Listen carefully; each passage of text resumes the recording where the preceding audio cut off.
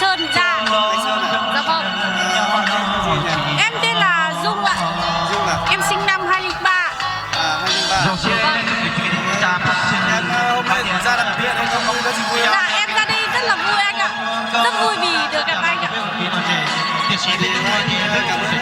Dạ vâng. Em là hôm nay ra đây có bao nhiêu người? Em ra đây có khoảng 5 người ạ. 5-6 người. Em bây giờ có học cái gì? Dạ bây giờ em đang học cấp 3 Mai Sơn ạ. Thì em có thể có Facebook hay là gì đấy thì giới thiệu cho anh được.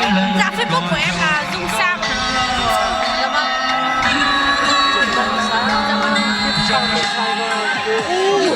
Hoa quả bát sánh à? Dạ vâng ạ.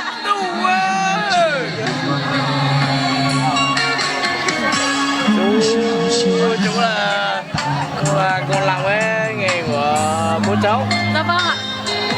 Để nhá, con chú ăn chưa? Bố cháu vẫn làm như Bố cháu con đến đây đâu? dạ vâng.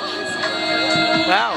Bố cháu con đến đây. Vâng, bố cháu đi đây, bố cháu vừa đi qua luôn ạ. Đi qua đây nhiều, hôm nay con đến đây mà. Hôm nay đến mà chú ạ. Làm gì đến?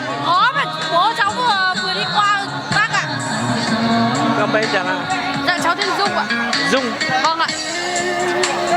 Dung gì? Đang ở đâu? Cháu ở phiên bản mà chú. Nhưng mà đang học ở đâu? Đang học ở lòi. Con lòi. Vâng. Lớp mấy? Lớp 12. Thế thích thằng này không? Thích mà. Thằng là dạy gia của chú. Vâng ạ. Con của chú ạ. Vâng. Không. Thích bán được chú ạ.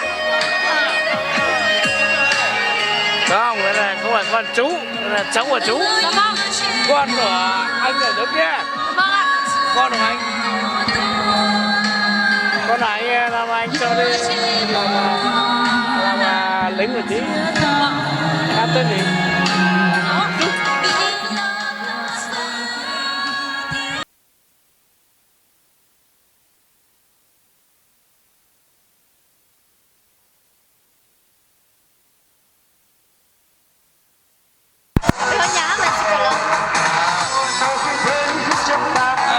Cái gì bóng ở từ lạnh?